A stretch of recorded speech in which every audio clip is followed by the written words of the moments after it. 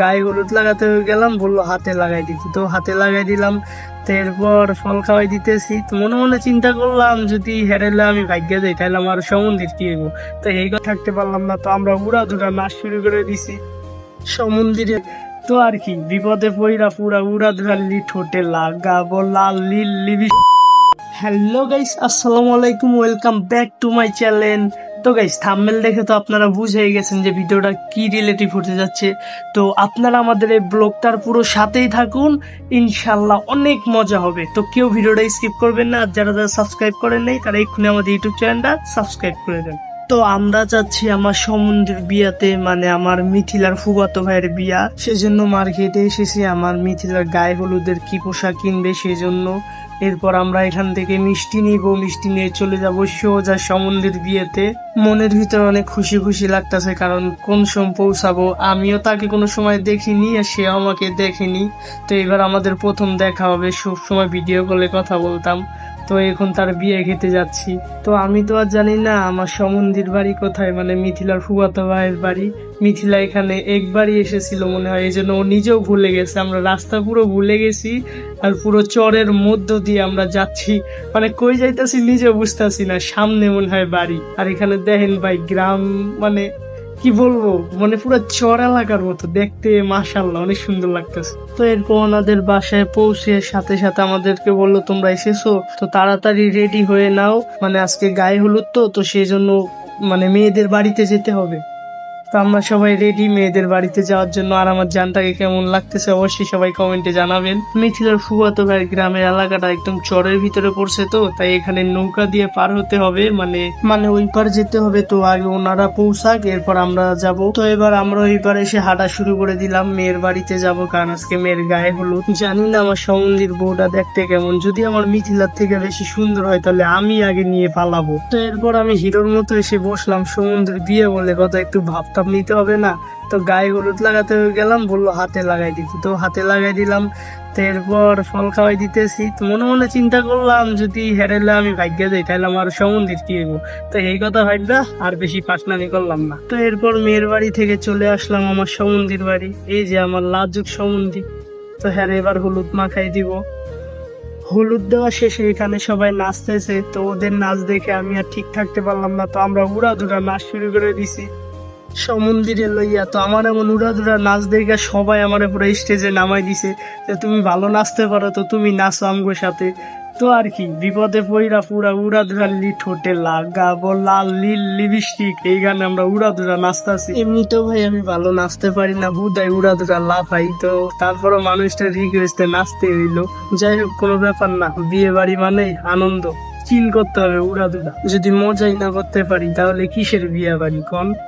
এরপর আমাদের সারা রাত কাটলো নাচ গানে, আনন্দ আর উল্লাসে।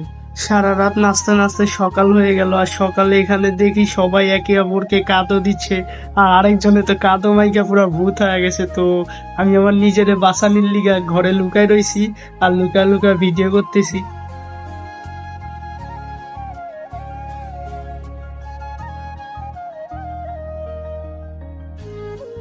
তো এরপর ফাইনালি অনেক আনন্দ মজার পর আমরা সবাই রেডি, আমি যাব বিয়া করতে, কতটুকু আমার সম্বন্ধে যাবে বিয়া করতে।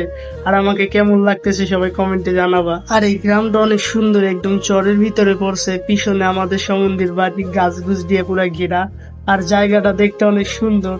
গ্রামের দৃশ্য তো ভাই, গ্রাম তো মানেই সুন্দর আর মজা। তো আমরা সবাই যাচ্ছি হেঁটে হেঁটে, আর মজা করতে করতে যাচ্ছি আমার সমুদ্রের বিয়ে, এই আমার সমুদ্রের বিয়ে। এরপর আমি আর আমার সমুদ্রী, ও থুকু মুখ দিয়ে খালি সমুদ্রী বাইর হয়, আমার ভাই একে নিয়ে এবার আমরা গাড়িতে করে চলে যাচ্ছি মেয়ের বাড়ি। তো এরপর সমুদ্রের সাথে মজা করতে করতে চলে আসলাম তার বিয়ের গেটের সামনে। এখানে দেখি আমার সমুদ্রের শালিদের অভাব নাই, সব পিচ্ছি পিচ্ছি শালি। তো এরপর কোথা থেকে জানি এক দামড়া শালি আইসে আমার সমুদ্রে পানি খাওয়াইতেছে, মানে মরিচের পানি। এগুলো তো আমরা সবই বুঝি। তো এরপর সবকিছু মিটমাট করে আমি আর আমার সমুদ্রের বিয়ের আসরে বসলাম। তো আমরা বৈশা গল্প করতেছি, আর এরপর দেখি কি এদিকে সবাইকে খাওয়ান দিচ্ছে, সবাই খাইতেছে, আর আমি এদিকে বেচারা মতো হা করে দেখতেছি। মানে আমি চিন্তা করতেছি কি রে, আমাদের খাওয়ান আসে না কেন।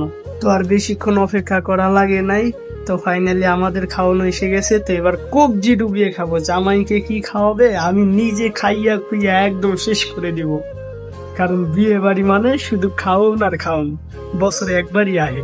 আবার কবে কান্নাকার বিয়ে হয়, আগে নিজে খাইয়া লই, পরে আল্লাহ সম্বন্ধে চিন্তা করবো খাইলো কি খাইলো না ওইটা দেখার বিষয় না, আগে নিজে খাইয়া লই। খাওয়া দাওয়া শেষে এরপর হুজুর এসেছে, পোলার কি নাম, পোলায় কোথায় থাকে, কি কাজ করে, সব কিছু জেনে নিচ্ছে। ফাইনালি আলহামদুলিল্লাহ বিয়ের কাজ সম্পূর্ণ হয়েছে। তো সবাইকে মিষ্টি দিচ্ছে, আমি কালা মিষ্টি নিলাম কারণ আমি কালো মিষ্টিটা একটু বেশি পছন্দ করি। বিয়ের কাজ সম্পূর্ণ হওয়ার পর বর আর বউকে একসাথে বসানো হয়েছে, সবাই দেখতেছে বর আর বউকে কেমন লাগে। আর কিছুক্ষণ পর বিদায় দেওয়ার পালা, সেজন্য বর আর বউ উঠে যাচ্ছে। আর কিছুক্ষণ পর চলে যাব, সেজন্য একটু জামাইয়ের সাথে ইয়ো ইয়ো করতেছি, কারণ জামাই তো বেশ খুশি খুশি লাগতেছে বিয়ের পর। তো এরপর আমি সবার আগে গাড়িতে উঠে বসেছি, তো এরপর বউকে বসাচ্ছে আর আমি জামাইয়ের সাথে আছি, কারণ আমি ওকে বলছি কোনো সমস্যা হলে শুধু আমাকে বলবি, আমাকে আমাকে, কিন্তু আমাকে বইলাই বা কি লাভ, আমি তো আরেক বান্ধব। এরপর গাড়ি থেকে নেমে হেঁটে হেঁটে যাচ্ছি, আর এই যে আমাদের লাল টুকটুকে বউ, আর সন্ধ্যাও হয়ে গেছে।